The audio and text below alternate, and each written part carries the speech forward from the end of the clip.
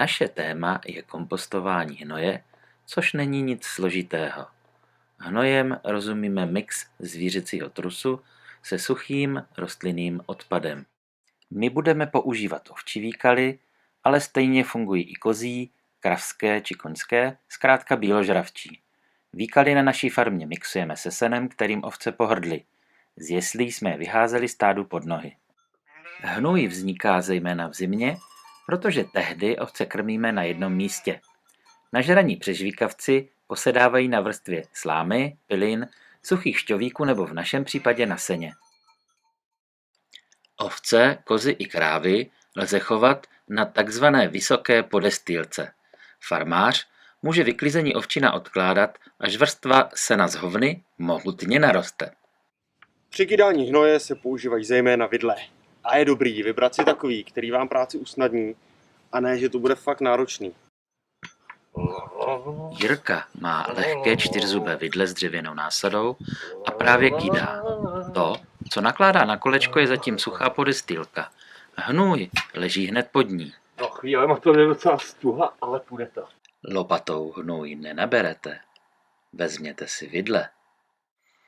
Pod suchou vrstvou se nachází šťavnatější materiál, poněvadž ovce i močí a moč stéká k zemi. Seno tekutiny zadržuje tím, že je do sebe vsakuje. A právě vsáknutím začíná rozklad rostlinné hmoty. Co příroda zkompostovat neumí, jsou plasty. U nás nejčastěji sítě z balíků sena. Hnůj odvážíme na hromadu, kde si minimálně 2 roky poleží.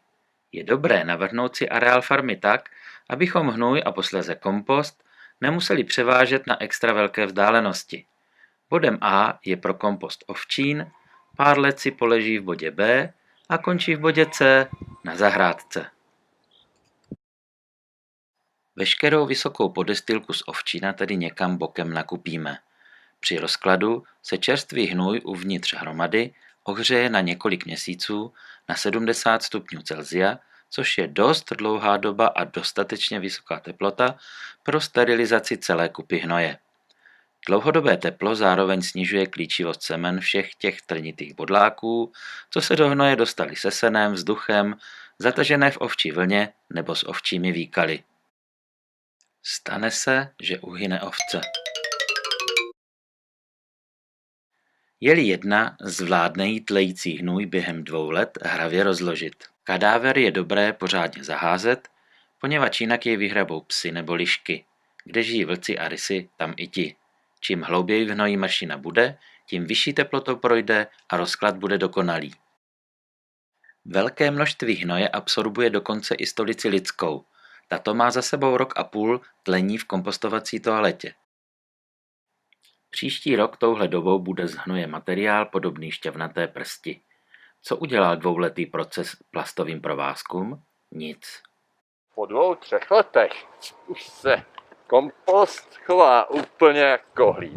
To už není na vidle, ale spíš na lopatu. Vidlím totiž materiál propadává mezi zuby. Kombinace ovčích výkalů a sena se vzduchem, deštěm a časem vede k možnosti sklidit kompost. Po 2 letech tlení stále obsahuje hodně dusíku, který může mnoha rostlinám spálit listy. Čerstvý kompost vnímejme spíš jako hnojivo. Po 3 letech hnůj agresivní není a klidně ji vyklopme poblíž plácku pro děti hned vedle houpačky. Kompost z hnoje má snad všechny odstíny hnědé, ale žádné jiné barvy. Kompost domácí oproti tomu kuchyňskými barvami jen hraje. Příběh tlení je tedy jasný. Jasné je i to, že kydání vyžaduje mnoho ruční práce. Farmáři tedy čekají, až jim někdo nadšený pro práci s hnojem přijede na pomoc. Já jsem Jirka z Prahy, bufuju tady v západních Čechách. Vyzkoušejte si kompostování hnoje fyzicky s vidlemi v rukou. Přejeme pohodlné tlačení kolečka mezi body A, B a C.